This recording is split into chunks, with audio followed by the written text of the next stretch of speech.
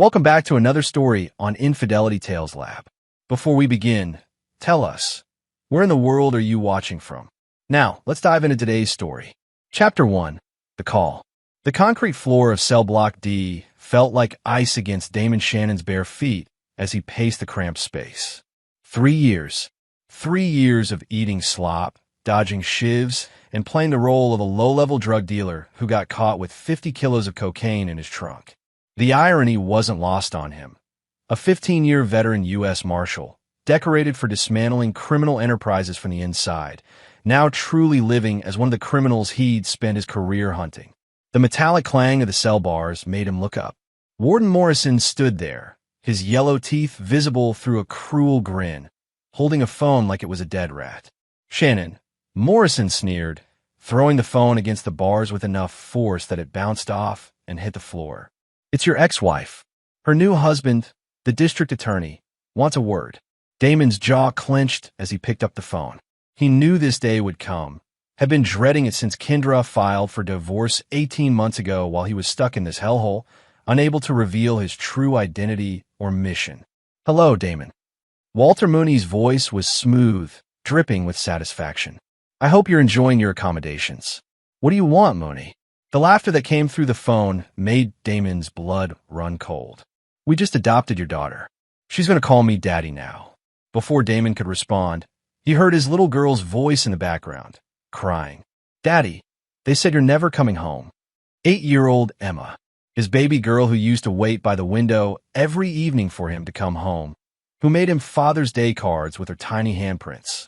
The sound of her tears shattered something inside him that had been carefully held together by discipline and training. "Don't worry, sweetheart," he called out, hoping she could hear him. "Daddy's coming home soon." But the line had already changed hands. Kendra's voice, cold as winter steel, came through. "Forget her. You're a caged animal, Damon. Emma needs a real father now." The phone went dead. Warden Morrison's laughter echoed through the cell block as he walked away, not knowing he'd just signed his own death warrant. Damon stared at the dead phone in his hands, his mind already working through possibilities. They thought they'd buried a street-level thug who made a mistake. They had no idea they'd just provoked the man who wrote the federal manual on long-term undercover operations, who'd spent years learning how criminal empires really work from the inside. His cellmate, a mountain of a man named Jorge Vega, looked up from his bunk. "Bad news, hermano." "The worst," Damon replied, his voice steady despite the rage building inside him. "But it's about to become someone else's problem." Jorge had been watching Damon for months, noting how he carried himself, how other inmates instinctively gave him space despite his medium build and quiet demeanor. "You ain't no drug dealer, are you?" Damon turned to study the man who'd become his closest ally in this concrete tomb. Jorge Vega, armed robbery, conspiracy to commit murder, but with a daughter on the outside he'd kill for. A man who understood the bond between father and child. "No," Damon said finally. "I'm something much worse for the people who just made the biggest mistake of their lives." As night fell, Damon lay on his narrow bunk, staring at the ceiling and thinking about Emma. She'd been 4 when he'd started this deep cover assignment, investigating a drug trafficking network that reached into the highest levels of law enforcement. The operation required him to create a completely new identity, to become Damon Shannon, the small-time dealer, instead of Marshal David Shannon, the federal agent. Only 3 people knew the truth. His handler, Deputy Marshal Harrison Cole, FBI agent Sandra Wright, who coordinated with local law enforcement, and U.S. Attorney General Patricia Hawkins, who'd personally approved the operation. Even Kendra didn't know, couldn't know, that her husband's absences and secretive behavior were in service to his country, not criminal enterprise. The marriage had been crumbling for 2 years before his arrest. Kendra grew suspicious of his late nights, his inability to explain his work, the mysterious phone calls. When she hired a private investigator, all they found was evidence of Damon meeting with known criminals, making what appeared to be drug deals, and handling large amounts of cash. She'd confronted him the night before his planned arrest, the culmination of 3 years of building his criminal reputation. He'd begged her to trust him, told her everything would be clear soon, but she was already packed and ready to leave. "I won't raise Emma around a criminal," she'd said, her suitcase in hand. "I won't let her think this is normal." 12 hours later, federal agents arrested him in a dramatic takedown designed to cement his criminal credentials. Kendra wasn't there to see it. She'd already taken Emma to her mother's house in another state. But Walter Mooney had been there. As the district attorney, he made sure to personally oversee the arrest of one of the biggest drug dealers in state history. The press conference afterward had been Mooney's ticket to higher political aspirations. Now, lying in his cell, Damon pieced together the timeline. Kendra had met Mooney during the divorce proceedings. The district attorney, with his silver hair and expensive suits, must have seemed like everything Damon wasn't: stable, respectable, honest. The irony was suffocating. "Can't sleep either?" Jorge's voice cut through the darkness. "Planning," Damon replied. "Planning what?" Damon was quiet for a long moment. Then, "How to make sure some people understand that taking a man's child is the last mistake they'll ever make." Jorge chuckled. "I like you, Shannon. You got that look in your eyes, like my cousin Miguel before he burned down that courthouse in Juarez." "Tell me about your daughter," Damon said. "Isabella. She's 12 now. Been in and out of foster care since I got locked up. Her mother OD'd 2 years ago." Jorge's voice grew soft. "I get out in 6 months. Gonna get her back, get clean, try to be the father she needs. What if someone tried to adopt her? Take her away permanently?" The silence that followed was heavy with understanding. Finally, Jorge spoke. "I'd burn the world down." "That's exactly what I'm going to do," Damon said. "But first, I need to get out of here." "You got a plan for that, too?" Damon smiled in the darkness. "I've got resources these people can't imagine. My handler thinks I'm maintaining my cover until we can safely extract me. He doesn't know about Emma, about what they've done. When I make contact tomorrow, everything changes." "Tomorrow?" "Rec time. There's a spot in the yard where cell phone signals reach. I've been saving this conversation for when I really needed it." Damon turned to face Jorge. "Question is, when I go, do you want to come with me?" Jorge was quiet for a long time. "You serious?" "Dead serious. But understand, this isn't about escape. This is about war. The people who took my daughter have no idea what's coming for them. And you need soldiers? I need men who understand that family is everything." Jorge extended his hand in the darkness. "Count me in, Hermano." As they shook hands, Damon felt the first piece of his plan click into place. Mooney and Kendra thought they were safe, protected by law and distance, and his imprisonment. They were about to learn that the most dangerous criminals weren't the ones behind bars. They were the ones who'd learned how to think like criminals while maintaining all the resources and training of a federal agent. The war for Emma was about to begin. Chapter 2: The Devil's Bargain. Morning came with the usual cacophony of prison sounds: guards shouting, cell doors clanging, the shuffle of feet in the corridors. But for Damon, it felt different. Today was the day he started his real work. During breakfast, he studied the layout of the cafeteria with new eyes. Not as a prisoner trying to survive, but as a federal agent planning an operation. The guard positions, the blind spots, the timing of shifts, all information he'd been unconsciously cataloging for 3 years. "You look different today," Jorge observed, cutting into his powdered eggs. "Like you found religion or something." "Something like that," Damon replied. Around them, conversations flowed in a mixture of English and Spanish, punctuated by the occasional burst of laughter or argument. To anyone watching, they looked like two inmates discussing nothing more important than the weather. But Damon was thinking about Kendra. How had she become this cold? He remembered their first date, how she'd laughed at his terrible jokes, how she'd cried during movies, how gently she'd held Emma as a baby. The woman on the phone yesterday wasn't the woman he'd married. "My wife wasn't always like this," he said quietly. Jorge raised an eyebrow. "Like what?" "Cruel. She used to have the biggest heart of anyone I knew. That's what drew me to her." Damon pushed food around his tray. "Kendra Todd was fresh out of nursing school when we met. I was working a case involving a doctor who was selling prescription drugs. She was working night shifts at General Hospital, trying to pay off student loans. What happened? I happened.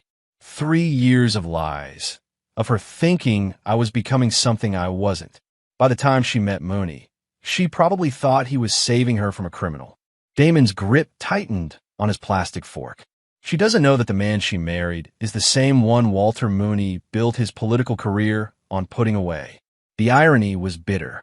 Walter Mooney had been riding high on the success of Operation Crossfire, the very operation Damon was conducting from the inside.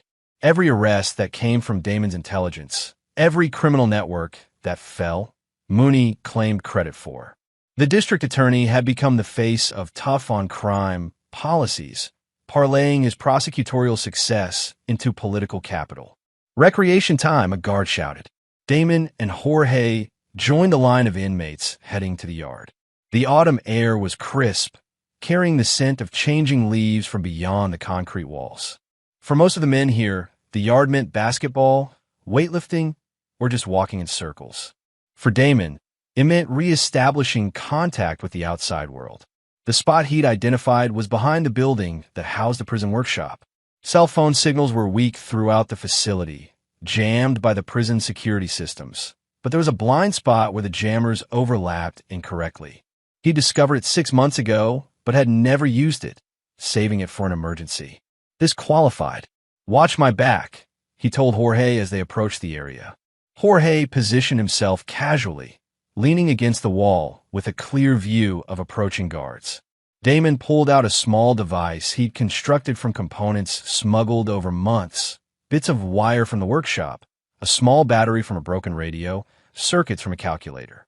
It wasn't much, but it would boost a cell phone signal just enough. The phone itself had cost him 3 cartons of cigarettes and a promise to solve a territorial dispute between 2 rival groups. It was a burner, barely functional, but it would serve his purpose. He dialed a number he'd memorized years ago, one that would reach a secure line monitored 24 hours a day. Over Site 7 came the clipped response. "This is Blackbird," Damon said, using his operation code name. "I need immediate extraction authorization." A pause. "Blackbird, you're not scheduled for contact for another 2 months. What's your status?" "Compromised. Personal life breach. I need to speak with Cole immediately. Stand by." Damon watched Jorge, who was making exaggerated gestures at a group of inmates nearby, creating a distraction. Anyone watching would think they were having an animated discussion about yesterday's football game. "Shannon." Harrison Cole's voice came through, tense with concern. "What's happened?" "They took Emma." Another pause, longer this time. "Who took Emma?" "My ex-wife and the district attorney. Walter Mooney married her and adopted my daughter. They're telling her I'm never coming home." Cole's curse was creative and heartfelt. "Jesus Christ, Damon. How did this happen?" Kendra didn't know about the operation. She thought I was really dealing drugs. Filed for divorce. Met Mooney during the proceedings. Damon's voice was steady, but Jorge could see his knuckles white against the phone. "I need out. Now.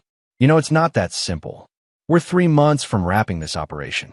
The intelligence you've gathered is about to bring down the entire network. We can't just—" "Harrison." Damon's voice went cold. "They took my daughter. Do you understand what that means?" Cole was quiet.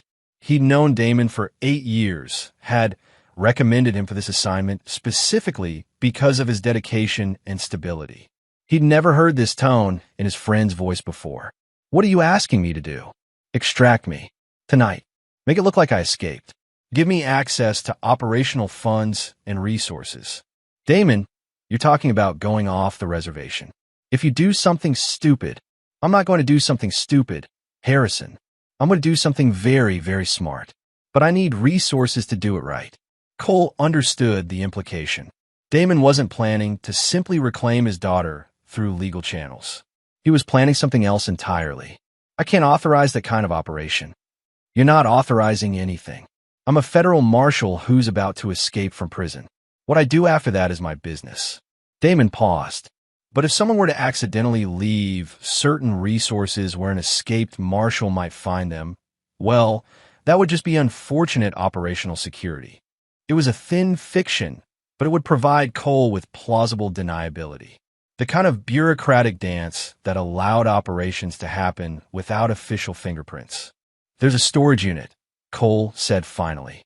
"Riverside Self-Storage, Unit 247. The combination is Emma's birthday. Damon felt something loosen in his chest. Thank you. Don't thank me yet. Mooney isn't just some local prosecutor anymore. Word is he's being considered for Attorney General in the next administration. He's got federal connections, serious political backing. If you go after him, let me worry about Walter Mooney. And what about the operation?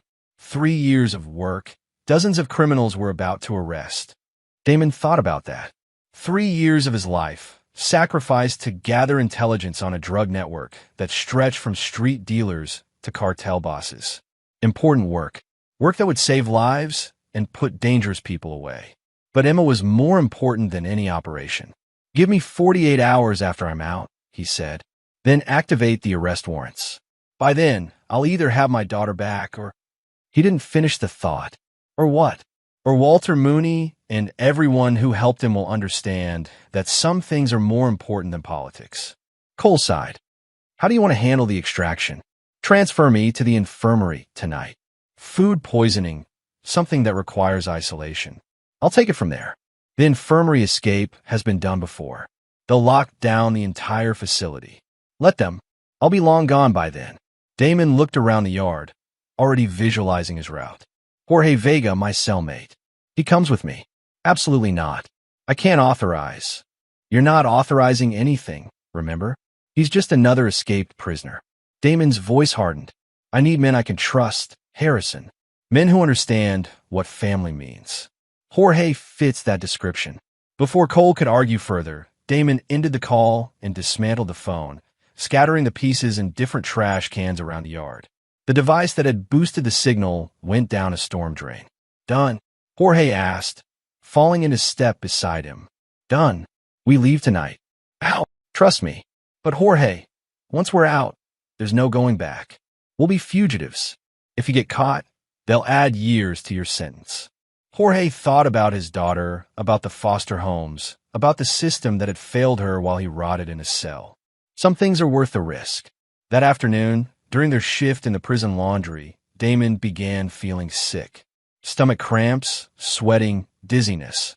All the symptoms of severe food poisoning. The symptoms were fake, but his performance was Academy Award caliber. By evening, he was in the infirmary, isolated in a single room with Jorge, who had mysteriously developed similar symptoms. The night shift nurse, a tired woman named Betty who'd been working there for 15 years, checked on them twice before settling down with a romance novel and a cup of coffee. At 2:17 a.m., Damon picked the lock on their room with a tool he'd fashioned from a paperclip months earlier. The infirmary security was designed to keep people out, not in. Sick prisoners weren't usually considered escape risks. Jorge watched in amazement as Damon moved through the facility like a ghost, avoiding cameras, timing guard rotations perfectly, navigating corridors he shouldn't have known existed. This wasn't luck or prison cunning. This was professional training at work. They reached the outer fence at 2:43 a.m. Damon had identified the weak point months ago, a section where drainage had shifted the foundation, creating a gap just large enough for a man to squeeze through. By 3 a.m., they were in the drainage tunnel that ran beneath the state highway. By 3:30, they had emerged 2 miles from the prison, near an abandoned gas station where a motorcycle was waiting. Cole's doing, no doubt. Where to now? Jorge asked as Damon hotwired the bike. First, we get resources. Then we get information. Damon started the engine, its rumble echoing in the pre-dawn darkness. And then Walter Mooney learns what happens when you take something that doesn't belong to you. As they rode through the empty streets, Damon thought about Emma. Was she asleep in some strange bed, in some house that wasn't home? Did she wonder why Daddy hadn't come to save her yet?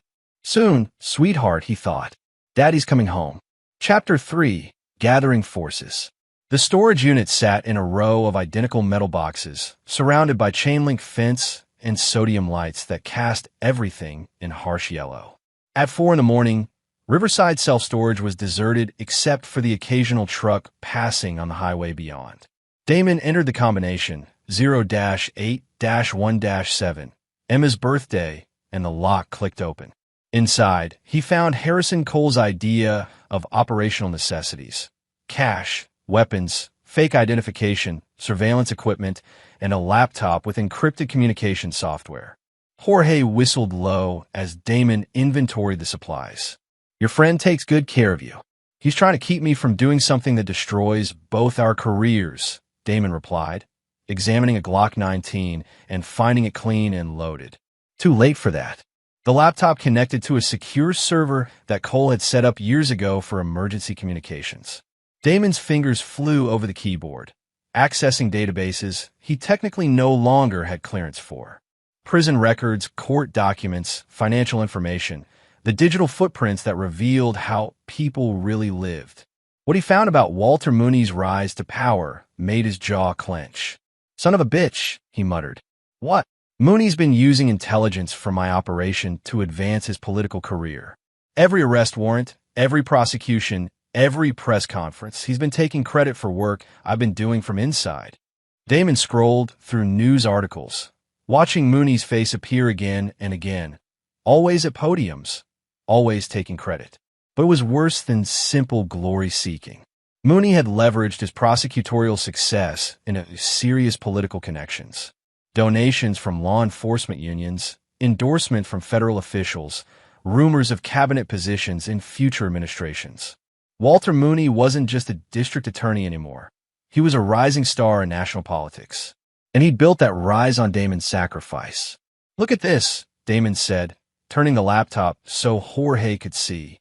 3 months ago, Mooney spoke at a conference about innovative approaches to organized crime. He's presenting intelligence I gathered as his own strategic insights. Jorge studied the screen. Guy's got some serious protection then.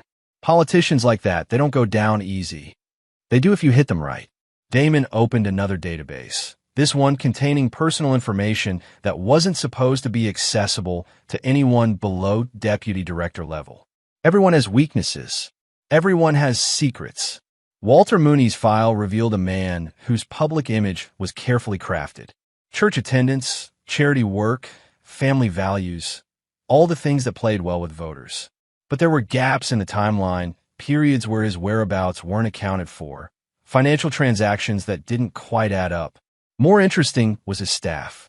District attorneys didn't operate alone. They had investigators, assistant prosecutors, administrative staff. People who knew where the bodies were buried. Isaac O'Brien, Damon read from the screen. Chief investigator for the DA's office. 15 years with the department. Exemplary record. He paused. But his daughter Maddie died in a car accident 2 years ago. Drunk driver, never caught. Jorge understood immediately. Grief makes people do stupid things, or makes them more open to alternative forms of justice. Damon made a note of O'Brien's home address. If Mooney's hiding something, O'Brien would know about it. The next few hours were spent building profiles. Kendra's current situation, Emma's school and daily routine, the security at Mooney's house and office. Damon approached it like any other operation: identify targets, map relationships, find pressure points. By dawn, they had relocated to a motel on the outskirts of town, paying cash for a room that faced the highway in case they needed to leave quickly. Jorge had grown quiet, perhaps realizing the magnitude of what they were attempting. "Second thoughts?" Damon asked, cleaning the Glock with practiced efficiency. "About getting out?" "No." "About going up against the district attorney?" "Maybe." Jorge sat on the edge of the bed, studying their target files. "This guy's got resources we can't match. Police, FBI, federal marshals, they'll all be looking for us." "True. But they'll be looking for escaped prisoners, not federal agents conducting an unauthorized operation." Damon assembled the weapon, checking the action. Besides, Mooney's going to be arrogant. He thinks he's untouchable. The first test of that theory came at noon, when Damon placed a call to Isaac O'Brien's cell phone. "O'Brien. Mr. O'Brien, my name is David Shannon. I'm a federal marshal, and I need to speak with you about Walter Mooney." A long pause. "Federal marshal? Let me see some identification. I'm not in a position to do that right now, but I think you'll want to hear what I have to say about your boss's connection to organized crime. Listen, whoever you are, your daughter Maddie was killed by someone driving a blue Camaro, license plate partial KJ7. The impact happened at the intersection of Maple and 3rd at 11:47 p.m. on October 15th. The driver had connections to the Vega drug operation. Dead silence. Then, how do you know that? Because I've been undercover in that organization for 3 years. And I know who was driving that car. Damon, let that sink in. Are you interested in justice for Maddie, Mr. O'Brien? Another pause. Where do you want to meet? Lincoln Park by the Memorial Fountain. 1 hour. Come alone. Damon ended the call and turned to Jorge. Time to see if we got our first ally. Lincoln Park was busy with lunch hour joggers and office workers taking a break from their cubicles. Damon and Jorge positioned themselves with clear sight lines and exit routes, watching for any sign that O'Brien had brought back up. At exactly 1 p.m., a man in his 50s approached the fountain. Gray hair, tired eyes, the look of someone who hadn't slept well in years. He wore a rumpled suit and kept checking his phone, nervous but alone. Damon approached first, keeping his hands visible. Mr. O'Brien, you're Shannon. O'Brien studied him carefully. You don't look like a federal marshal. I've been undercover for 3 years. Prison changes a man's appearance. Damon gestured to a nearby bench. Shall we sit? They settled on opposite ends of the bench, while Jorge maintained his position near the park entrance. To anyone watching, they looked like two men having a casual conversation. You said you know who killed my daughter. Ramon Vega, Jorge's cousin. Damon nodded toward Jorge. He was running drugs for the network I've been investigating. High on meth, driving stolen cars, completely reckless. He should have been arrested months before the accident. O'Brien's hands clenched. Should have been. Walter Mooney had intelligence about Ramon's activities. Reports, surveillance footage, witness statements. But he held off on the arrest because he wanted to use Ramon to get to bigger targets. Damon's voice was quiet, matter of fact. Your daughter died because Mooney prioritized his case statistics over public safety. That's... O'Brien started to object, then stopped. You have proof of this. I have documentation showing that Mooney knew about Ramon's drug use and reckless driving. I have reports that were never filed, evidence that was never processed, arrest warrants that were never served. Damon pulled out a tablet, showing O'Brien a series of documents. Your boss let a dangerous criminal stay on the streets because arresting him immediately wouldn't have generated the kind of headlines he needed. O'Brien studied the documents, his face growing pale. The papers clearly showed a pattern of delayed arrests, evidence that Mooney's office had been tracking Ramon Vega for months without taking action. Why are you showing me this? Because I need your help, and because I think you deserve to know the truth about why Maddie died. What kind of help? Damon leaned back, studying the investigator. O'Brien was a good man, dedicated to his job, devastated by his loss. The kind of person who'd spent his career believing in the system, only to discover that the system had failed his daughter. I need information about Walter Mooney's current activities, his schedule, his security arrangements, his personal habits. And I need to know about his relationship with my ex-wife and daughter. You're planning something. I'm planning to get my daughter back. What that requires depends on how reasonable Mooney wants to be. O'Brien was quiet for a long time, staring at the memorial fountain. Finally, what's your real name? Deputy U.S. Marshal David Shannon. I've been operating under the identity Damon Shannon for the past 3 years, infiltrating a drug network that reaches into local law enforcement. The Crossfire operation. O'Brien's eyes widened. You're the inside man, the one feeding intelligence to federal prosecutors. Intelligence that Walter Mooney has been taking credit for. Damon stood up. Think about it, Mr. O'Brien. Think about your daughter, and think about what kind of man uses other people's sacrifices to build his own career. As they prepared to leave, O'Brien called out, If I help you, what happens to Ramon Vega? Damon turned back. Ramon Vega died in a car accident 3 months ago. Crashed into a bridge support going 90 miles an hour, high on the same drugs he was selling. But justice for Maddie doesn't die with him. The man who let her killers stay on the streets is still walking around, collecting political donations and adoption papers. O'Brien understood. This wasn't about revenge against a dead man. It was about accountability for the living. For the next hour, sitting on that park bench, Isaac O'Brien told Deputy Marshal David Shannon everything he knew about Walter Mooney's current life. By evening, Damon had a complete picture: Mooney's schedule, his home security system, his relationship with Kendra, and most importantly, where Emma was going to school.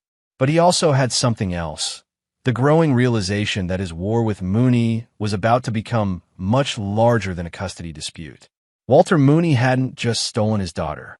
He'd built an entire political career on Damon's work, using federal resources for personal advancement while people like Matty O'Brien died because of his priorities. Some crimes demanded more than justice. They demanded reckoning. Chapter 4: First Blood. The elementary school was a cheerful building with painted murals and a playground that seemed designed to radiate innocence. Damon watched from across the street as children poured out at dismissal time, looking for Emma's familiar blonde curls among the crowd. There, holding hands with a woman in expensive clothing, walking toward a black SUV with tinted windows. Even from a distance, Damon could see that Emma looked smaller than she had 3 years ago, more subdued.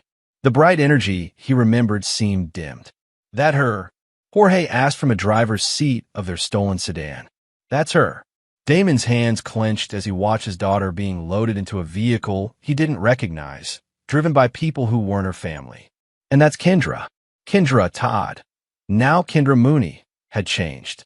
Her hair was styled differently, her clothes more expensive than anything she'd worn during their marriage. She moved with the confidence of someone whose financial worries had evaporated, whose social status had been dramatically elevated. But she handled Emma with casual efficiency rather than maternal warmth. No lingering hugs, no animated conversation about the school day. Just the mechanical process of getting a child from point A to point B. Doesn't look like a happy family, Jorge observed. It's not a family at all. It's a political prop. Damon started the car as the SUV pulled away from the curb. Follow them, but stay back. I need to see where they're taking her. The route led through the affluent part of town, past houses with manicured lawns and gates. The Mooney residence was exactly what Damon had expected: a colonial mansion with circular driveway, professional landscaping, and security cameras at every corner. But it was the car in the driveway that made Damon's blood run cold. Son of a bitch, he muttered. What? Black sedan, government plates. That's a federal vehicle. Damon's training kicked in, identifying the model, the antenna configuration, the subtle modifications that marked it as law enforcement. Mooney's got federal protection. Jorge frowned. Protection from what? For me, probably. Someone tipped him off that I escaped. Damon pulled out his phone, dialing Harrison Cole's secure number. Jesus Christ, Damon, where are you? Every federal agency in 3 states is looking for you.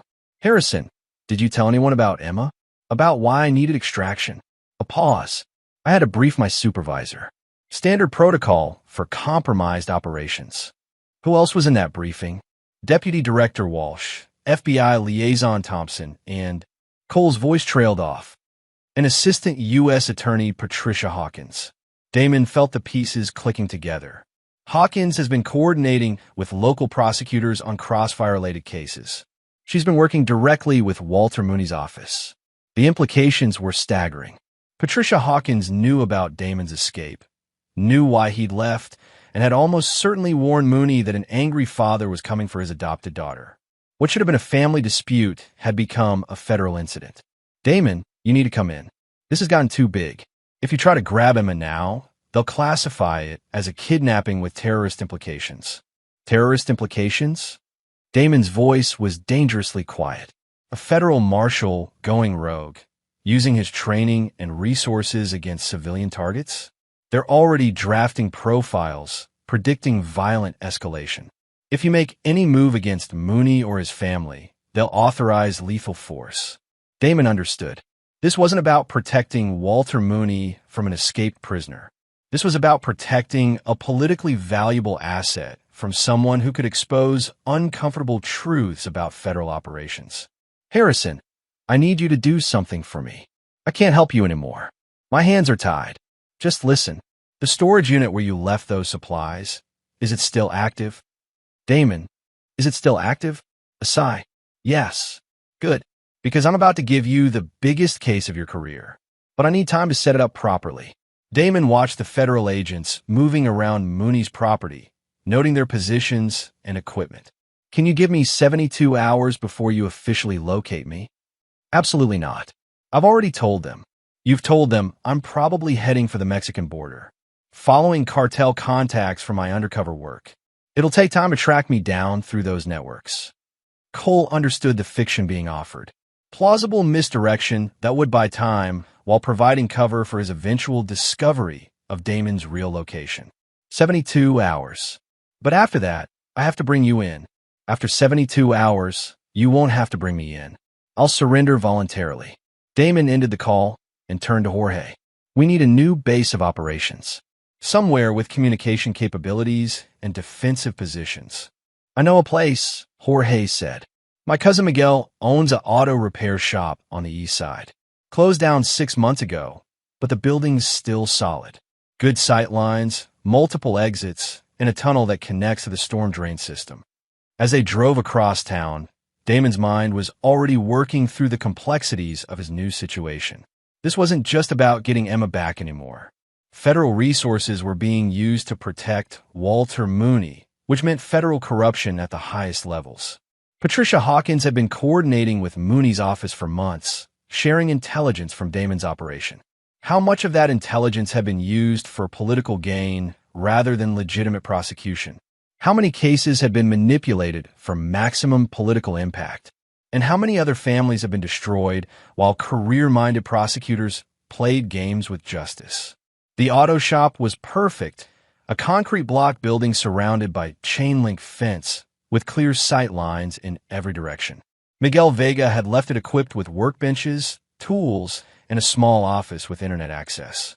Miguel won't mind us using this, Damon asked, examining the building's defensive possibilities. Miguel's in Juarez, waiting for his visa appeal to process. Do you want me to use it? Jorge tested the lights and found them functional. Besides, he owes me. I took a conspiracy charge that should have been his. That evening, Damon began the most important research of his career. Using skills developed over 15 years of federal service, he started building cases against everyone who had participated in destroying his family. Walter Mooney was just the beginning. Patricia Hawkins had a pattern of feeding federal intelligence to local prosecutors in exchange for political favors. The cases were solid, but the timing was always convenient for maximum media impact. Assistant Prosecutor Bradley Snyder had been using sealed federal indictments to target Mooney's political opponents, leaking information that should have been classified. FBI liaison agent Sandra Wright had been manipulating evidence databases, altering timestamps and chain of custody records to support preferred narratives. By midnight, Damon had identified a conspiracy that reached from local prosecutors' offices to federal agencies. Emma's adoption wasn't just personal. It was political insurance, ensuring that the undercover marshal at the center of their corruption couldn't threaten their careers. You look like you found something big, Jorge said, bringing coffee and sandwiches from a nearby diner. Bigger than I thought. Damon showed him the connections he'd mapped. They didn't just steal my daughter. They've been using my operation to commit federal crimes for over a year. So what's the plan? Damon leaned back in his chair, studying the evidence on his laptop screen. In 72 hours, Harrison Cole would be forced to track him down. Before that happened, he needed to ensure that everyone involved in this conspiracy faced consequences. But first, he needed to send a message that would get their attention. Isaac O'Brien is working late tonight, Damon said, checking the investigator's schedule. Security cameras show him alone in the DA's office, going through case files. And he's about to discover that someone broke into Walter Mooney's office and left some very interesting documents on his desk. Jorge grinned. Documents that prove Mooney's been corrupt? Documents that prove everyone's been corrupt. By morning, Isaac O'Brien is going to have evidence of federal crimes that will destroy half the prosecutors in this state. Damon started gathering his equipment. But more importantly, Walter Mooney is going to realize that the man he's been hiding from isn't some desperate escape convict. What is he then? Damon checked his weapon and started toward the door. Someone who knows how to bring down criminal empires from the inside. As they drove through the empty streets toward the courthouse, Damon thought about Emma sleeping in a strange house, surrounded by people who saw her as a political asset rather than a little girl who missed her father. Soon, sweetheart, Daddy's going to fix this. But first, he was going to remind Walter Mooney and his friends what happened when you made an enemy of someone who'd spent 3 years learning how criminals really thought. The war was just beginning. Chapter 5. Psychological Warfare. At 2:30 a.m., the courthouse was empty except for security guards making their rounds and Isaac O'Brien working alone in his office on the 3rd floor. Damon had studied the building's security for months during his trial, noting camera positions, guard rotations, and the maintenance schedules that created brief windows of opportunity.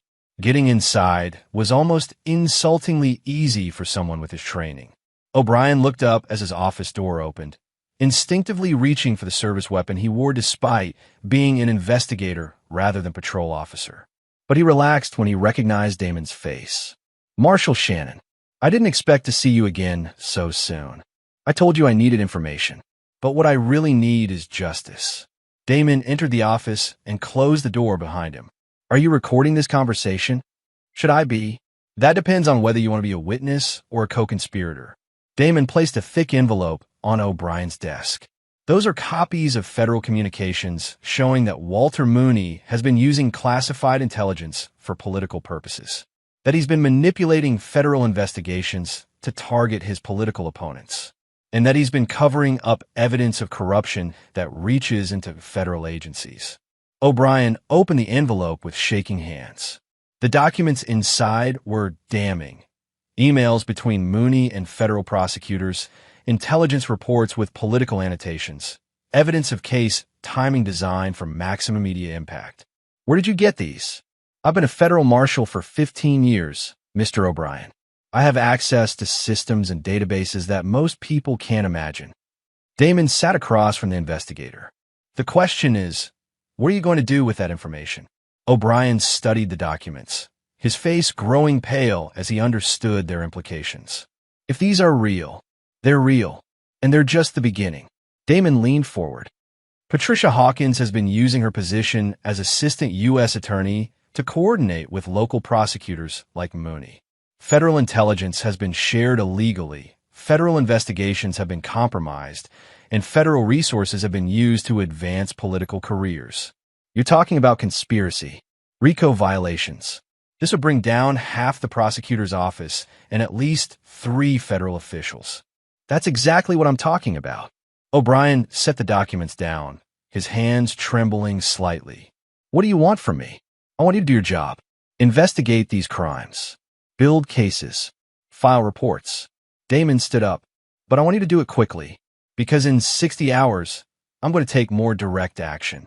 "What kind of direct action?" "The kind that ensures my daughter comes home where she belongs." O'Brien understood the implication. If these documents didn't produce results within Damon's timeline, he was prepared to escalate to methods that wouldn't require evidence or legal proceedings. "Marshal Shannon, I understand you're angry, but if you do something violent..." "I'm not planning violence, Mr. O'Brien. I'm planning exposure." Damon moved toward the door. Walter Mooney thinks he's protected by federal agencies and political connections. He's about to learn that the man he's hiding from wrote the federal manual on destroying criminal enterprises. And if the exposure doesn't work? Damon paused at the door. Then Walter Mooney will discover that taking someone's child creates enemies who don't recognize rules or boundaries. After leaving the courthouse, Damon drove to the residential neighborhood where Walter Mooney's house sat behind its security gates and federal protection. But he wasn't planning to approach the house. Not yet. Instead, he parked 2 blocks away and assembled a device that would have impressed his former colleagues in the technical services division. Using components from the auto shop and some creative engineering, he constructed a signal interceptor that could monitor cell phone communications within a quarter-mile radius. "What's that supposed to do?" Jorge asked, watching Damon calibrate the device. "Everyone in that house has a cell phone. Mooney, Kendra, even the federal agents. People feel secure behind walls and encryption, but they forget that radio signals travel through air." Damon plugged in the final connection. "By morning, I'll know every conversation they've had tonight." The intercepted communications were enlightening. Walter Mooney was indeed worried about Damon's escape, but not for the reasons anyone might expect. His conversations with federal officials weren't about protecting his family. They were about protecting his political future. "We can't let Shannon talk to reporters," Mooney said during a call to Patricia Hawkins. "If he goes public with what he knows about Crossfire, it'll destroy the whole narrative." "The narrative's protected," Hawkins replied. "Shannon's just an escaped convict making wild accusations. No one will believe him unless he has evidence." "What kind of evidence could he have? He's been in prison for 3 years." Mooney's response revealed the depth of his paranoia. He was a federal marshal, Patricia. These people are trained to gather evidence, to build cases. If he's been preparing for this. The conversation continued for another 20 minutes, covering topics that would have interested federal prosecutors if they hadn't been compromised by the same corruption Damon was investigating. More interesting was a conversation between Kendra and her sister Louise, who had apparently been questioning the wisdom of the adoption. "I just think Emma's having trouble adjusting," Louise said. "She keeps asking when her real daddy is coming home." "Walter is her real father now," Kendra replied, but her voice lacked conviction. "She'll adjust. Children are resilient." "But Kendra, she's been having nightmares. And she won't eat. The school counselor says she's showing signs of trauma." "The trauma is from having a criminal for a father. Once she realizes that Walter can give her a better life." What if Damon wasn't really a criminal? The silence that followed was long and telling. Finally, Kendra spoke. "What do you mean? What if there's more to the story? What if he was undercover or something?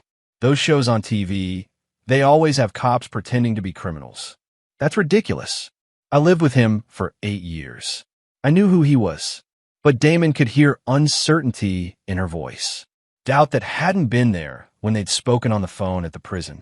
The most revealing conversation came near dawn, when one of the federal agents protecting the house called his supervisor. "Sir, Agent Morrison here. About the Shannon situation, we've got conflicting priorities.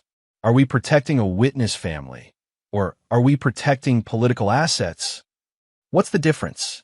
"The difference is that if Shannon is really the undercover marshal from Operation Crossfire, then the people we're protecting might be the real criminals." Another long pause. "Agent Morrison, you're not paid to analyze political situations. You're paid to follow orders. Your orders are to maintain security on the Mooney residence until further notice." "Understood, sir. But if this goes sideways?" "It won't go sideways if you do your job." By sunrise, Damon had a complete picture of the situation. The federal agents were uncomfortable with their assignment, but following orders. Kendra was beginning to doubt the narrative she'd been fed about her ex-husband. Walter Mooney was primarily concerned with protecting his political career rather than his family safety. And Emma was suffering. "Time for phase 2, Damon said, packing up the surveillance equipment. "Which is?" "Psychological pressure. I'm going to make Walter Mooney so paranoid that he starts making mistakes." Damon started the car. "And I'm going to make sure that every news outlet in the state knows that a federal marshal has escaped from prison to rescue his illegally adopted daughter." Jorge grinned. "Now it gets interesting." The first call went to Channel 7 News, where investigative reporter Christy Branch had built a reputation for exposing corruption in local government. "Ms. Branch, my name is David Shannon. I'm a U.S. Marshal, and I have information about federal corruption involving District Attorney Walter Mooney." "Mr. Shannon, are you the escaped prisoner that's been all over the news?" "I'm a federal marshal who was conducting a deep cover operation for 3 years. While I was unable to contact my family due to operational security, my wife divorced me and married the prosecutor who was taking credit for my work. Now, they've adopted my daughter and are telling her that her father is a criminal." Branch's professional instincts kicked in. "Can you prove any of this?" "I can prove all of it. Federal case files, operation records, communications between Mooney and corrupt federal officials." Damon pulled into the parking lot of the diner. "The question is, are you interested in the biggest corruption story of your career?" By noon, Damon had contacted 6 news outlets, 3 federal whistleblower organizations, and 2 congressional offices that had been investigating prosecution misconduct. He didn't provide evidence to any of them, yet, but he planted seeds of doubt raised questions that reporters would start investigating. The psychological pressure was immediate. Mooney's office received dozens of calls from reporters asking about the Shannon allegations. Federal officials found themselves answering uncomfortable questions about Operation Crossfire and the use of undercover assets. Most importantly, the narrative began to shift. Instead of a dangerous escaped convict threatening a prosecutor's family, the story became a federal marshal fighting corruption and trying to reclaim his illegally adopted daughter. "It's working," Jorge observed, watching news reports on his phone. "They're starting to question the official story." "It's a beginning," Damon replied. "But Mooney's not going to give up easily. He's got too much invested in this." That evening, the pressure escalated when Isaac O'Brien called a press conference. "After reviewing new evidence that has come to my attention," O'Brien said, standing behind a podium at police headquarters, "I am announcing a formal investigation into potential misconduct by members of this office in relation to federal prosecutions." The questions from reporters were immediate and pointed. "Is this related to the escaped prisoner, David Shannon? What kind of misconduct are you investigating? Is District Attorney Mooney implicated?" O'Brien's responses were careful but devastating. Deputy U.S. Marshal David Shannon was conducting a federal undercover operation. Evidence suggests that intelligence from that operation may have been misused for political purposes. The investigation will determine the extent of any wrongdoing. Watching the press conference from their hideout, Damon felt satisfied. The first phase of his plan was working perfectly. Mooney was no longer controlling the narrative. But as they monitored communications that night, it became clear that their enemies were adapting. Shannon's turned this into a media circus, Mooney said during a call to Patricia Hawkins. "We need to discredit him before this gets worse. How do you want to handle it? Release his psychiatric evaluations from prison. Show that he's unstable, dangerous. Make this about a deranged father threatening innocent people. Those evaluations are sealed. Unseal them. You have the authority. Walter, if we do that, it'll look like retaliation. It'll give his story more credibility. Then we handle this a different way." Mooney's voice turned cold. "Shannon wants his daughter back? Let him try to take her. But make sure the situation ends with him in a body bag." Damon looked at Jorge. The game had just changed from political maneuvering to deadly force. "Time for phase 3, he said grimly. "Which is direct action. They want to play by criminal rules." Damon checked his weapon. "Then I'll show them how criminals really operate." Chapter 6. The Hunter Becomes the Hunted. The hunting cabin belonged to Walter Mooney's brother, a fact that appeared in no public records, but showed up in Damon's deep-dive investigation of family assets. Nestled in the mountains 40 miles from the city, it represented exactly the kind of safe house a paranoid prosecutor might use when federal protection wasn't enough. Damon had been tracking the convoy of vehicles since they left the Mooney residence at dawn. 3 black SUVs with federal agents, 1 armored sedan with Walter and Kendra, and a small van that broke off in the group after 20 miles. The van contained Emma. "They're splitting up," Jorge observed from the passenger seat. "Smart play. Take the kid to a secure location while the parents go somewhere else." Not smart enough. Damon had been anticipating this move. The cabin is where they think they're safest. It's also where they're most vulnerable. The mountain roads were treacherous, winding through forests that provided excellent cover for surveillance and tactical positioning. Damon had studied these routes during his investigation, identifying choke points where a small force could control much larger numbers. But first, he needed to confirm Emma's location. The tracking device he'd planted on the van, a small magnetic unit attached during a brief stop at a gas station, showed it had stopped at a residential facility 20 miles from the cabin. When Damon drove past the location, he saw what appeared to be a private psychiatric facility, the kind of place where wealthy families sent troubled children. "Son of a bitch," he muttered. "They're having her committed." Jorge understood immediately. If she's in a mental facility, they can claim she's delusional. Anything she says about her real father gets dismissed as fantasy. And if something happens to me, she disappears into the system. Another foster kid with psychological problems. Damon's hands clenched on the steering wheel. Walter Mooney is more creative than I gave him credit for. The psychiatric facility was surrounded by high fences and security cameras, designed to keep patients in rather than intruders out. But it also had protocols for family visits, medical emergencies, and staff rotations that created opportunities for someone with the right knowledge. "I need to get her out of there before I deal with Mooney," Damon said. "But I can't do both operations simultaneously." "Maybe you don't have to." Jorge pulled out his phone. "My cousin Miguel just crossed the border. He owes me some favors, and he's got friends who specialize in extractions." "Jorge, I can't ask you to." "You're not asking. I'm volunteering." Jorge's voice was firm. "Emma's not the only kid who's been screwed by the system. Miguel and his crew, they don't like people who hurt children." While Jorge made arrangements for Emma's extraction, Damon focused on the cabin where Walter and Kendra had taken refuge. Satellite imagery showed a building designed for defense, limited access roads, clear fields of fire, secure communications equipment. But it also showed something else, a propane tank that supplied the cabin's heating system, positioned unfortunately close to the main structure. "Classic vulnerability," Damon muttered, studying the layout. "They're thinking about conventional assault, not creative demolition." By nightfall, Damon was positioned on a ridge overlooking the cabin, using military-grade optics to observe federal agents setting up a defensive perimeter. 8 agents, well-armed and professionally positioned, with clear communications and overlapping coverage. Professional, but predictable. At 10:30 p.m., Jorge called with an update. "Emma's out. Miguel's people got her during a shift change. She's safe." Damon felt a weight lift from his shoulders.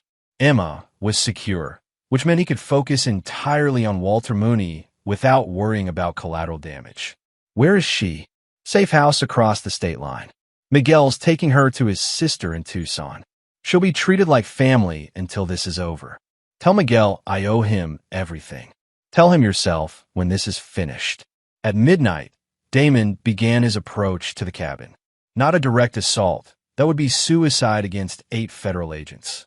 Instead, he used techniques learned in 3 years of undercover work: patience, misdirection, and psychological pressure. The first phase involved the communications array that connected the cabin to federal command. A few strategically placed charges, detonated remotely, would isolate the defenders and create uncertainty about the nature of the threat. The second phase targeted the propane system. Not an explosion. That would be too obvious and potentially lethal. Instead, a carefully controlled leak that would force evacuation while creating the impression of a much larger and more sophisticated attack. The third phase was pure theater, projecting voices and sounds that would convince the defenders they were facing a large assault team rather than a single federal marshal with a grudge. At 12:47 a.m., the communications array went dark. At 12:52 a.m., propane alarms began shrieking inside the cabin. At 1 a.m., speakers hidden around the perimeter began broadcasting tactical communications that suggested a coordinated assault by multiple teams. The effect was immediate and predictable. Federal agents, trained to respond to conventional threats, found themselves facing a situation that didn't match their protocols. Communication with command was impossible. The cabin was potentially about to explode, and enemy forces appeared to be coordinating attacks from multiple directions. The evacuation was swift and professional, exactly as Damon had anticipated. Within 10 minutes, all personnel were clear of the building and taking defensive positions in the surrounding woods, which left Walter and Kendra Mooney alone in the cabin, cut off from protection and facing what they believed was a massive federal assault. Damon's voice came through speakers he'd positioned inside the building during his earlier reconnaissance. "Walter, this is Deputy Marshal David Shannon. I think it's time we had a conversation." From his position in the woods, Damon could see Mooney moving frantically through the cabin, searching for weapons or communication devices. Kendra appeared to be in shock, sitting motionless in the main room. "I know you can hear me, Walter. Your federal protection is gone. Your communication is cut. Your allies can't help you." Damon's voice was calm, professional. "But I'm not here to hurt you. I'm here to offer you a choice." Mooney's response came through a window he'd opened. "What kind of choice?" "You can resign from office, divorce my ex-wife, and disappear from our lives forever. In exchange, I don't release the evidence I've gathered about your corruption to every news outlet in the country. You're insane if you think. Or, Damon continued, you can keep fighting. Keep trying to destroy my family. Keep using federal resources to protect your political career. His voice hardened. But understand that if you choose that path, I will systematically dismantle everything you've built. Your career, your reputation, your political future, all of it will burn. Kendra's voice joined the conversation. Damon, is that really you? Hello, Kendra. The news reports, they said you were a federal marshal, that you were undercover. I've been undercover for 3 years, investigating the drug network that Walter's been prosecuting. Every case he's won, every headline he's generated, every political connection he's made, it's all been built on my work. That's impossible. You were dealing drugs. I saw the evidence. You saw what you were supposed to see. What I needed you to see to maintain my cover.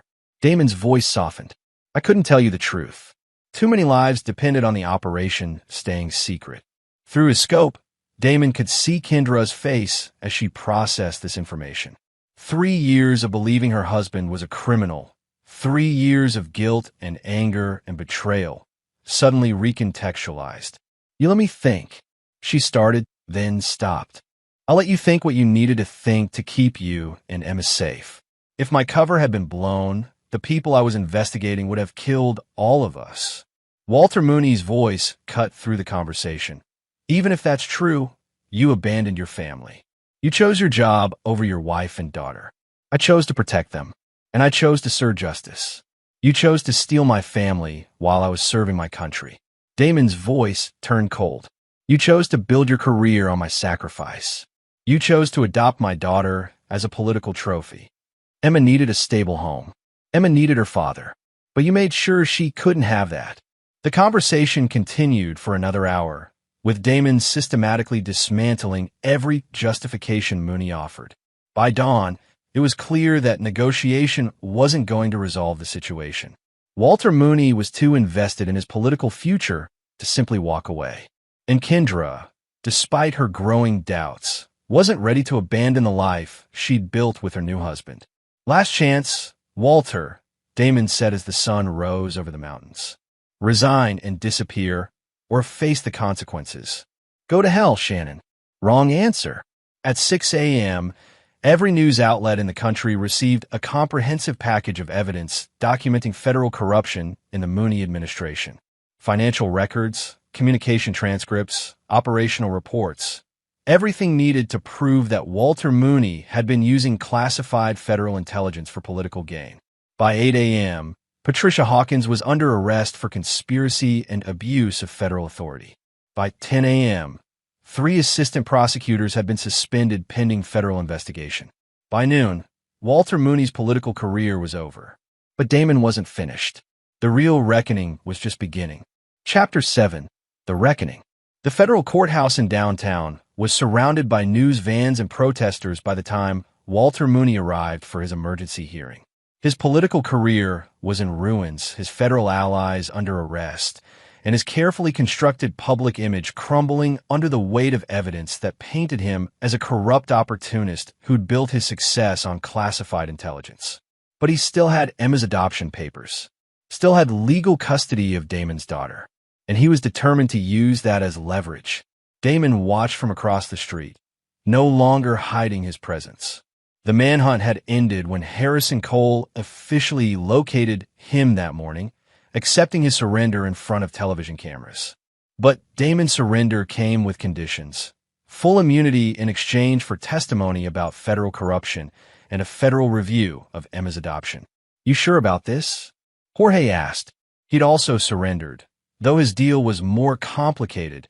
Deportation back to Mexico rather than additional prison time, with Miguel's help in establishing a new life across the border. I'm sure. Damon checked his watch. Mooney thinks he's going to negotiate from a position of strength. He's about to learn otherwise. Inside the courthouse, Walter Mooney sat with his attorney, a high-priced criminal defense lawyer who specialized in political scandals. Across the table, federal prosecutors were presenting their case for corruption charges that would result in decades in prison. But Mooney's focus was on the custody hearing scheduled for that afternoon. Even if they convict me on corruption, he told his lawyer, I still have legal custody of the girl. Shannon can't touch that without going through family court. His attorney, Bradley Snyder, wasn't optimistic. Walter, your legal position is compromised. If Shannon can prove the adoption was fraudulent, how can he prove that? I followed all legal procedures. Kendra was the custodial parent.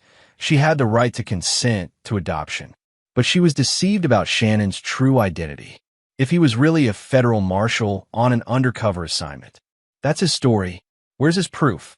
The proof arrived 20 minutes later in the form of Deputy Director Walsh from the U.S. Marshal Service, carrying classified files that documented every aspect of Operation Crossfire.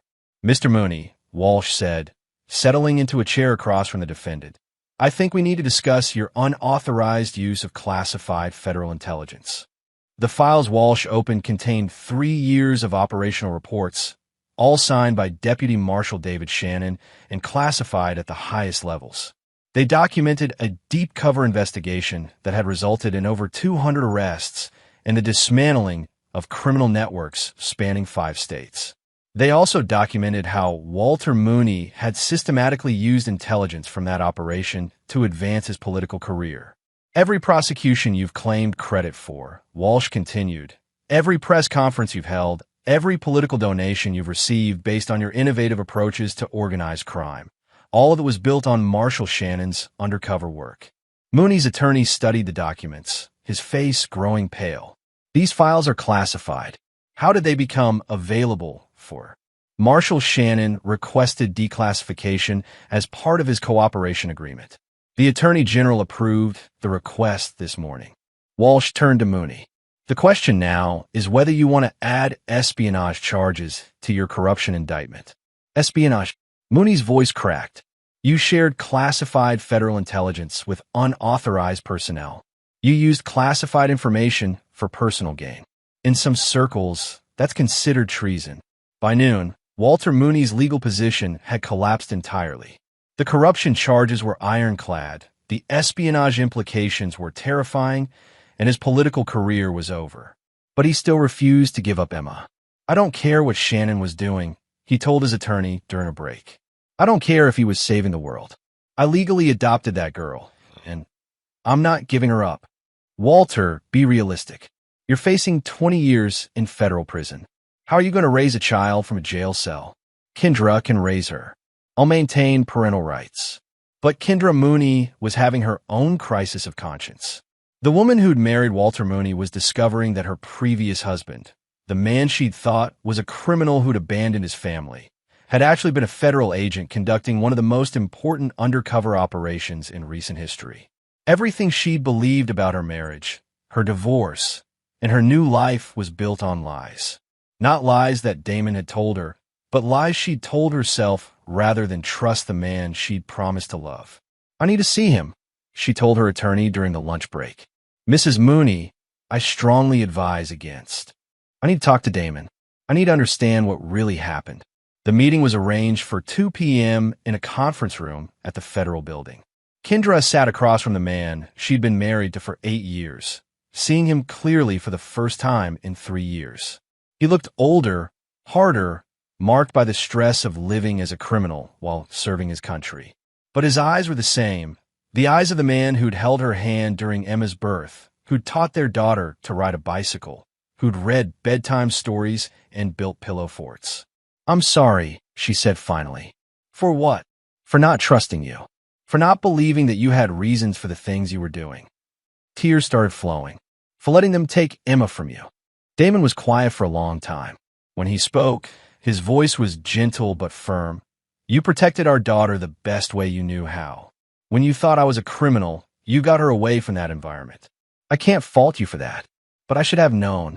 I should have trusted. Kendra, my job required you not to know. If you'd known the truth, it would have put you and Emma in danger. Damon leaned forward. The question now is, what we do going forward? I want Emma back with you. I want to fix this. And Walter, Kendra's face hardened. Walter lied to me. He used my pain and confusion to manipulate me into a marriage that was built on his political ambitions. He adopted Emma not because he loved her, but because it made him look like a family man. You're sure about that? I've been watching him with her for months. He doesn't see a daughter. He sees a political prop, photo opportunities, and campaign materials. Kendra wiped her eyes. Emma asks about you every day. She doesn't understand why her daddy doesn't come home. That afternoon, the custody hearing became a formality. With Kendra's testimony supporting Damon's claims, with federal evidence documenting his true identity and mission, and with Walter Mooney facing federal corruption charges, the judge had little choice but to void the adoption and restore Emma to her biological father. But Damon's victory was tempered by the knowledge that Walter Mooney was still fighting. "This isn't over," Mooney told his attorney as they left the courthouse. "Shannon thinks he's won, but he doesn't understand how deep this goes. I have friends in federal agencies, connections in Congress.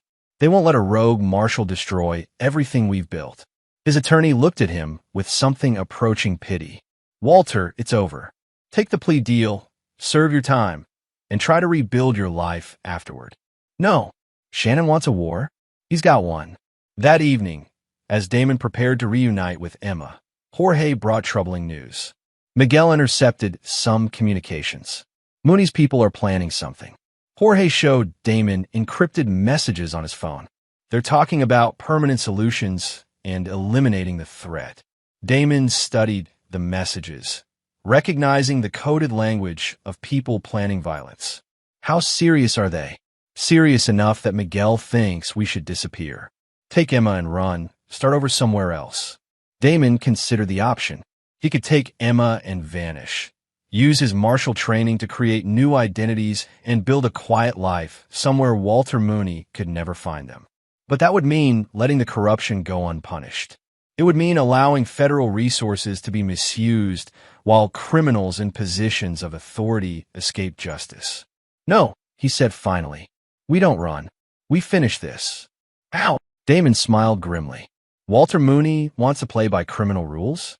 Then I'll show him how real criminals handle people who threaten their families." The final phase of his war was about to begin. Chapter 8. No Forgiveness. Emma Shannon was smaller than Damon remembered, more fragile, her blonde hair darker and her eyes holding shadows that hadn't been there 3 years ago. When he walked into Miguel's safe house in Tucson, she looked up from the coloring book she'd been working on and stared at him for a long moment, as if trying to decide whether he was real. "Daddy." Her voice was barely a whisper. "Hey, baby girl." Damon knelt down to her level, fighting back tears. "I'm sorry it took so long to come home." Emma launched herself into his arms with the kind of desperate energy that children reserve for moments when their world finally makes sense again. For 10 minutes, they just held each other while Miguel's family politely found excuses to be elsewhere. "Are you really my daddy?" Emma asked finally. "The lady at the hospital said I was confused, that Walter was my daddy now. I'm really your daddy, and no one is ever going to take you away from me again. Why didn't you come home before? Mommy said you were in jail because you were bad." Damon chose his words carefully. "I was helping catch bad people, sweetheart. Sometimes to catch bad people, good people have to pretend to be bad too. It's like playing dress up, but for grown-ups with very important jobs."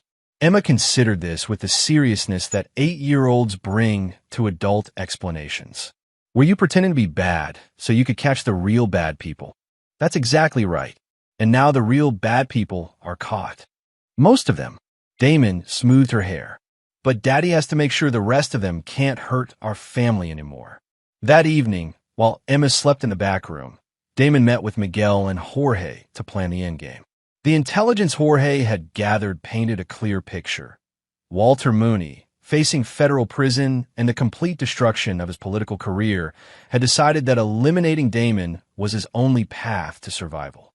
"He's hired contractors," Miguel explained, showing photos on his laptop. 3 men with military backgrounds, probably mercenaries. "They've been asking questions about you in the city, offering money for information." Damon studied the photos, recognizing the type. Former Special Forces soldiers who'd turned their skills toward less legal pursuits. Dangerous, but predictable in their methods. "They're professionals," Jorge observed. "This isn't going to be easy." Professional mercenaries are easier to deal with than desperate amateurs, Damon replied. They're motivated by money, not passion. They'll follow predictable tactics and have standard equipment. What's the plan? Damon was quiet for a moment, thinking about Emma sleeping in the next room, about the woman who'd raised her while believing her father was a criminal, about the man who'd manipulated that woman's pain for his own political gain. We eliminate the threat, he said finally. Permanently. Jorge and Miguel exchanged glances. They'd both known this moment would come, the point where legal solutions gave way to practical ones. All of them? Miguel asked. All of them. Mooney, the mercenaries, anyone else who thinks they can threaten my family. Damon's voice was calm, matter of fact. I spent 3 years learning how criminal organizations really work. The only language they understand is overwhelming force. The trap was set for the following evening, using intelligence about the mercenaries' planned approach to Miguel's safe house. Damon had chosen the battlefield carefully, an abandoned warehouse district where collateral damage would be minimal and escape routes were numerous. But first, he had one more conversation to finish. Kendra arrived at the safe house the next morning, driving alone as Damon had requested. She looked older, worn down by months of guilt and confusion. When she saw Emma playing with Miguel's children, speaking a mixture of English and Spanish, she started crying. She looks happy, Kendra said. She's resilient. Children usually are. Damon poured coffee and sat across from his ex-wife. But she's been damaged by what happened. It'll take time to heal. I want to help. I want to be part of her life again. Damon studied the woman he'd once loved, seeing traces of the person she'd been before fear and manipulation had changed her. That depends on what you're willing to do to earn that privilege. Anything. Walter Mooney is planning to have me killed. Tonight, probably. 3 mercenaries are going to try to eliminate the threat to his political future. Damon's voice was steady. I'm going to stop them. But afterward, there will be consequences. Kendra understood the implication. You're going to kill them. I'm going to protect my family from people who want to destroy it.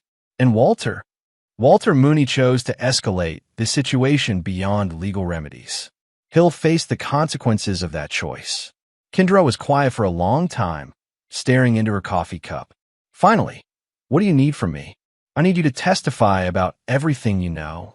The adoption process, the political motivations, the pressure you received to cooperate. Damon leaned forward. And I need you to understand that after tonight, Walter Mooney will no longer be a factor in our lives. You mean he'll be dead? I mean he'll no longer be a threat to Emma's safety or happiness. That afternoon, Damon spent time with Emma, taking her to a park where she could play while he watched for surveillance. She chattered about school, about the friends she'd made in Tucson, about the books she'd been reading. Normal 8-year-old conversations that reminded him what he was fighting for. Daddy, are we going to live here now? She asked as they walked back to Miguel's house. Would you like that? I like Miguel's family, and I like speaking Spanish, but I miss our old house. We can't go back to our old house, sweetheart, but we can find a new house just for us. With a big yard for a dog? Definitely with a big yard for a dog. Emma smiled, the first completely unguarded smile he'd seen from her since their reunion. Can we get a German Shepherd? Like the police dogs on TV. We can get whatever kind of dog you want. That evening, as the sun set over the desert, Damon prepared for the final confrontation. The weapons Miguel had provided were military grade. The communications equipment was state-of-the-art, and the tactical plan was designed to ensure no one escaped to threaten his family again. You sure about this? Jorge asked, checking his equipment one final time. I'm sure. Damon looked back at the house where Emma was having dinner with Miguel's family, safe and happy and unaware that her father was about to commit murder to keep her that way. Some things can't be forgiven. Some people can't be allowed to live. And after tonight, Emma and I disappear. New identities, new life, somewhere Walter Mooney's friends can't find us. Damon checked his watch. But first, we remind these people what happens when you threaten a federal marshal's family. The warehouse district was dark and quiet when the mercenaries arrived.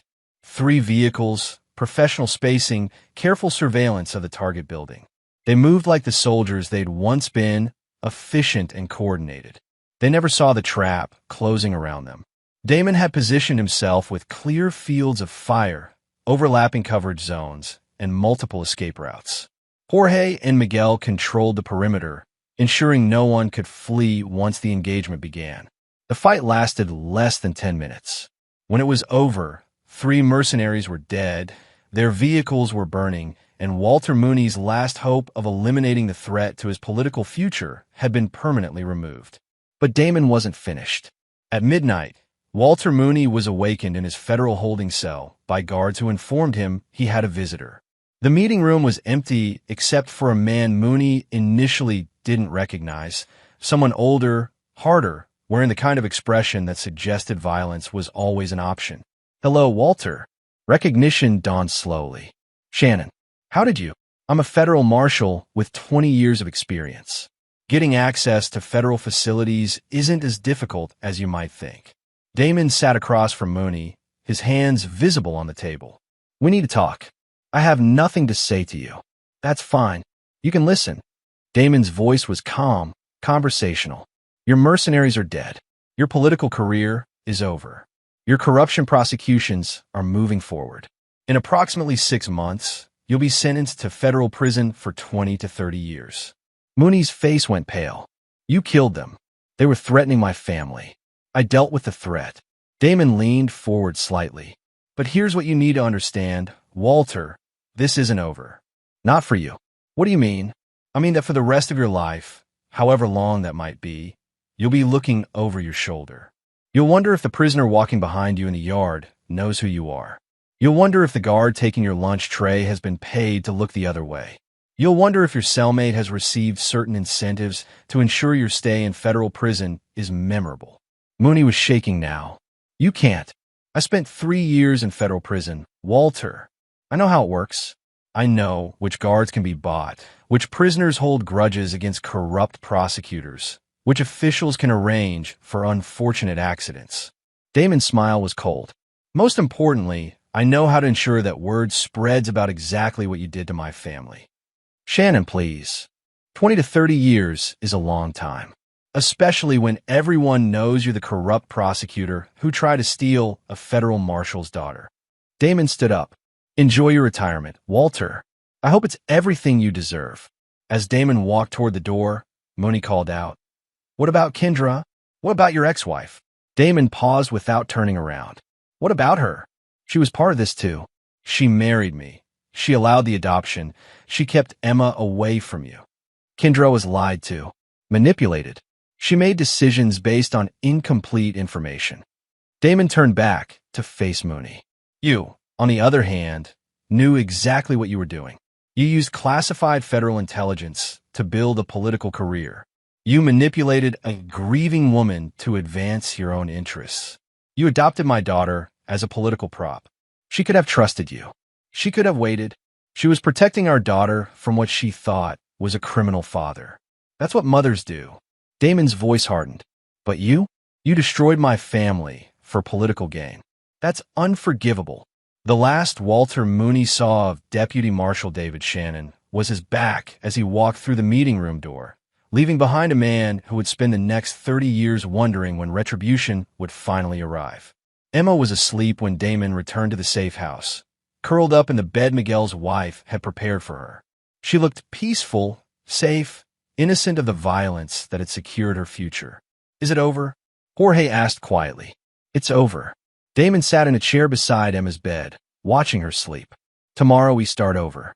New names, new life, somewhere Emma can grow up without looking over her shoulder." "And Kendra?" Damon was quiet for a long time. "Kendra made her choices. She believed Walter Mooney instead of trusting her husband. She allowed Emma to be adopted by a man who saw her as political currency." He looked to Jorge. "Some mistakes can't be undone. Some betrayals can't be forgiven. Even by someone you love, especially by someone you loved." As dawn broke over the desert, David Shannon began planning a future where Emma would never again have to wonder why her father didn't come home, where she would never again be used as a political tool or threatened by men who saw children as acceptable casualties in their pursuit of power. He'd been a federal marshal for 20 years, dedicated to justice and the rule of law. But some things were more important than law. Some things required a father's justice rather than a system's justice. Walter Mooney would spend the rest of his life in federal prison, wondering when the other prisoners would learn about his crimes against a Marshal's family. Kendra would spend the rest of her life knowing that her lack of trust had cost her everything that mattered. And David Shannon would spend the rest of his life ensuring that his daughter never again had to pay the price for other people's ambitions. Some betrayals couldn't be forgiven. Some people didn't deserve redemption. But some fathers would burn down the world to protect their children. And that was enough. Chapter 9, New Beginnings. 6 months later, Emma Rodriguez was having the time of her life on the beach in Costa Rica, building sandcastles with her new dog, Rex, a German Shepherd puppy who'd been trained to be both companion and protector. She spoke fluent Spanish now, attended a small international school, and had no idea that her father remained one of the most wanted men in North America. David Rodriguez, as he was now known, worked as a security consultant for American companies operating in Central America.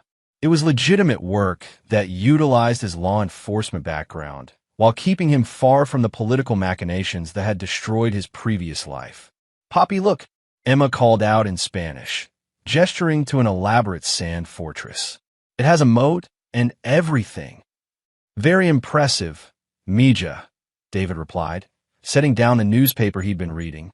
The headline announced that former District Attorney Walter Mooney had been found dead in his federal prison cell, apparently the victim of a dispute with other inmates over drug territory. Justice, David thought, came in many forms. The official investigation would conclude that Mooney's death was the result of his arrogance in trying to control prison drug operations, behavior that violated the unwritten codes that govern federal penitentiaries. No one would investigate too deeply. Corrupt prosecutors weren't sympathetic victims, and prison justice was often more efficient than legal appeals. David's phone buzzed with an encrypted message from Harrison Cole. "Package delivered. All debts paid. Stay safe." Harrison had kept his word, ensuring that evidence of Mooney's corruption reached the right people in federal prison. The rest had been inevitable. Criminals didn't tolerate prosecutors who'd built careers on their sacrifices, especially when those prosecutors had used classified intelligence for personal gain. "Poppy, are we going to stay here forever?" Emma asked, settling down beside him on the beach chair. "Would you like that? I like it here. I like Senora Martinez at school, and I like that we have our own house, and I like that you're always home for dinner." Emma was quiet for a moment. "But sometimes I wonder about Mama." David had been dreading this conversation for months. Emma was smart, observant, and old enough to understand that they'd left their previous life under unusual circumstances. "What do you wonder about her? Whether she misses me? Whether she's sorry about what happened?" David pulled Emma closer, choosing his words carefully. "Your mama loved you very much. But sometimes adults make mistakes that hurt the people they love. Sometimes those mistakes are so big that they can't be fixed. Is that why we can't go back? That's part of it." David looked out at the ocean, thinking about the choices that had led them to this beach. "Sometimes, when people hurt us badly enough, we have to start over somewhere new. Somewhere safe." Emma nodded, accepting this explanation with the resilience that had carried her through 3 years of confusion and upheaval. "I'm glad we're here together." "Me too, baby girl." That evening, after Emma had gone to bed, David received another encrypted communication, this one from Jorge, who was living in Mexico City with his daughter, Isabella. The message was brief. "Kendra visited the grave today. Still asking questions." David wasn't surprised. Kendra had been trying to locate them for months, working with private investigators and federal agencies that weren't aware of his true identity. She'd apparently convinced herself that if she could just explain, if she could just apologize, everything could be repaired. She was wrong. Some bridges, once burned, couldn't be rebuilt. Some trust, once shattered, couldn't be restored. David had loved Kendra deeply, completely, and she'd chosen to believe the worst about him rather than trust in their marriage. When she needed to choose between her husband and a prosecutor's political promises, she'd chosen politics. When she needed to choose between protecting Emma from uncertainty and protecting her from separation, she'd chosen separation. When she needed to choose between trusting her husband's character and trusting a system that saw children as bargaining chips, she'd chosen the system. Every choice had been understandable. Every choice had been defensible. And every choice had been unforgivable. David deleted Jorge's message and walked out to the beach, where waves were breaking under a star-filled sky. Somewhere in the United States, federal investigators were still looking for Deputy Marshal David Shannon, wanted for questioning in connection with the deaths of 3 mercenaries and the mysterious circumstances surrounding Walter Mooney's prison demise. Somewhere in the United States, Kendra Mooney was trying to rebuild a life shattered by the discovery that she'd married a corrupt prosecutor and divorced a federal hero. Somewhere in the United States, politicians and prosecutors were learning that classified intelligence came with responsibilities that extended beyond career advancement. But here, on this beach in Costa Rica, David Rodriguez was just a father watching the ocean while his daughter slept safely in their home. It was enough. The next morning brought news from another source. Patricia Hawkins had been sentenced to 15 years in federal prison for conspiracy, abuse of federal authority, and misuse of classified intelligence. 3 assistant prosecutors had received shorter sentences. The entire federal task force that had coordinated with Mooney's office had been disbanded and transferred. Operation Crossfire, the undercover investigation that had consumed 3 years of David's life, had officially been closed with commendations for the intelligence gathered and prosecution secured. Deputy Marshal David Shannon was listed as killed in the line of duty while maintaining cover during a criminal operation. His funeral had been closed casket, attended by federal officials who praised his sacrifice and dedication. Harrison Cole had given a eulogy that brought tears to hardened federal agents. Kendra had attended the funeral, David learned from news reports. She'd stood in the back, wearing black, accepting condolences from people who praised her dead husband's service to his country. The irony was perfect. Kendra was grieving for a husband she'd lost through her own choices, while the man she divorced was raising their daughter on a beach thousands of miles away. "Poppy, what are you reading?" Emma asked, climbing into his lap at the breakfast table. "Just news from home. Do you miss it?" David considered the question seriously. Did he miss the United States? The work of federal law enforcement? The satisfaction of putting criminals in prison through legal means rather than practical ones? "I miss some things," he said finally, "but I don't miss the politics. I don't miss the corruption. And I don't miss the people who think children are acceptable casualties in their pursuit of power." "Do you think Mama misses us?" "I think she misses what she thinks we were. But she never really understood who we actually are." Emma thought about this with the seriousness that children bring to complex adult emotions. "Will she ever find us?" "No, baby girl. We're safe here. No one will ever take you away from me again." That afternoon, David received a final communication from the United States, a message from Isaac O'Brien, who'd been promoted to interim district attorney after Mooney's downfall. "Thought you should know. Kendra filed a missing persons report for Emma. Claims she's been kidnapped by an escaped federal prisoner. FBI is investigating, but they're having trouble substantiating her claims. Official records show Emma Rodriguez is a Costa Rican citizen living with her father, David Rodriguez, a legal security consultant. Immigration paperwork is spotless. No connection to any U.S. persons of interest. Also thought you should know.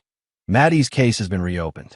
New evidence suggests Ramon Vega's drug operation was protected by prosecutorial misconduct. Justice Department is reviewing all related cases for potential prosecutorial abuse. Thanks for the documentation you provided. Justice comes in many forms. Stay safe. You've earned it."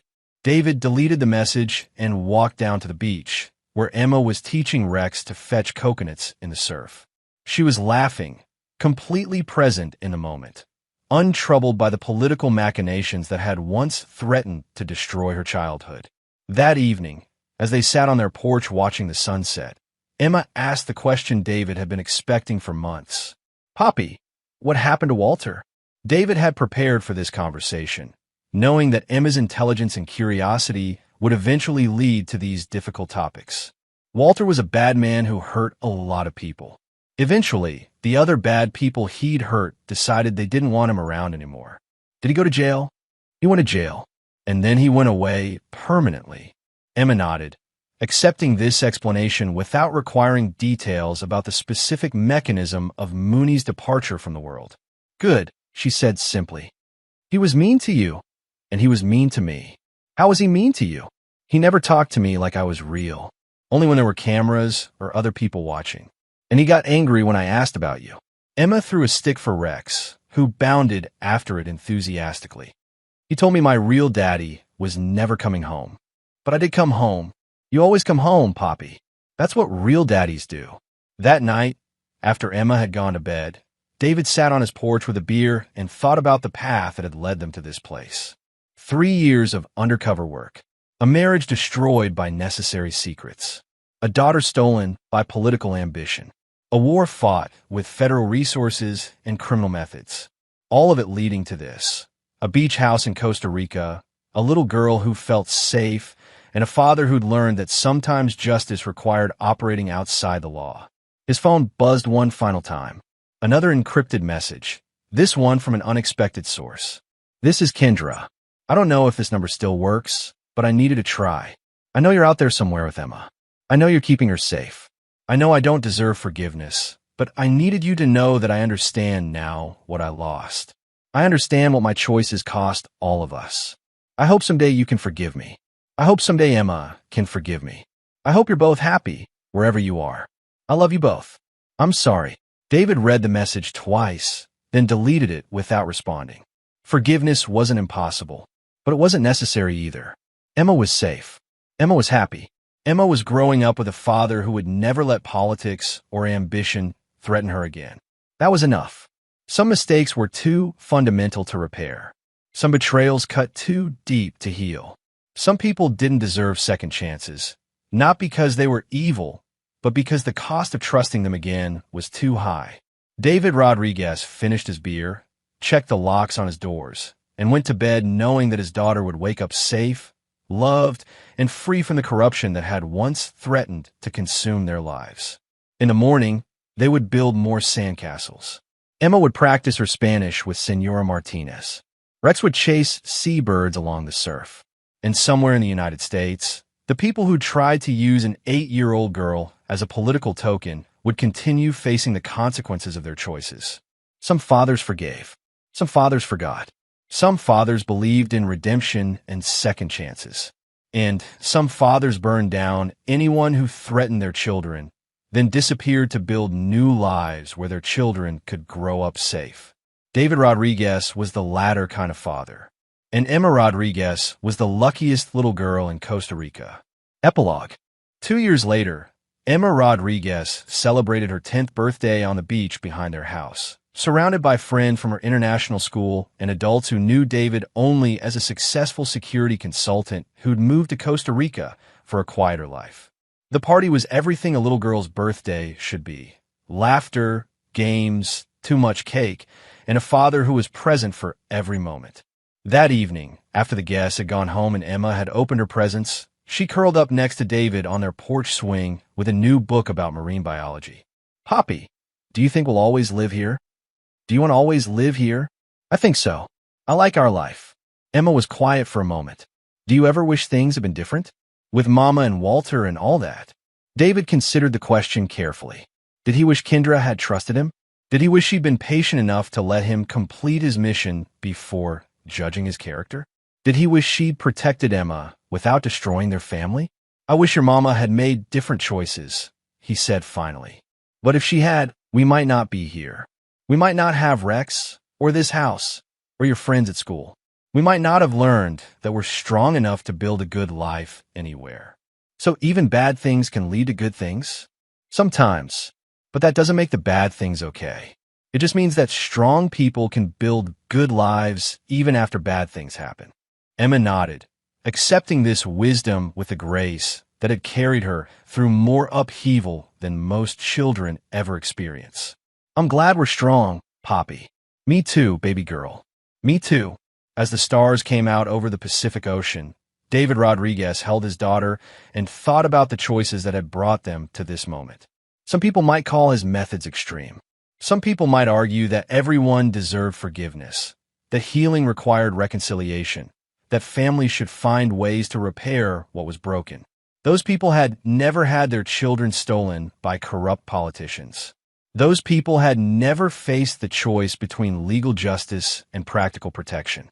Those people had never learned that sometimes love requires brutality, that sometimes protection requires destruction, that sometimes being a good father means being a very dangerous man. David Rodriguez had learned all of those things, and he'd chosen his daughter's safety over everyone else's comfort, her happiness over everyone else's redemption, her future over everyone else's politics. It was a choice he'd make again, without hesitation, as many times as necessary. Because some things were more important than forgiveness. Some things were more important than law. Some things were more important than everyone else's opinion about what constituted appropriate behavior for a federal marshal who'd been betrayed by everyone he trusted. Emma Rodriguez fell asleep in her father's arms as the waves whispered against the shore, safe in a world where her father's love was backed by skills that ensured no one would ever use her as a political tool again. And in the morning, they would build new sandcastles. Because that's what survivors do. They build new lives, stronger than the ones that were destroyed. And they never, ever forget the people who try to take away what mattered most. And there you have it. Another story comes to an end. What did you think? I'd love to hear your thoughts in the comments below. If you enjoy this story, consider joining our community by subscribing. It means the world to us. For more stories like this one, check out the recommended videos on screen. And I'll see you there.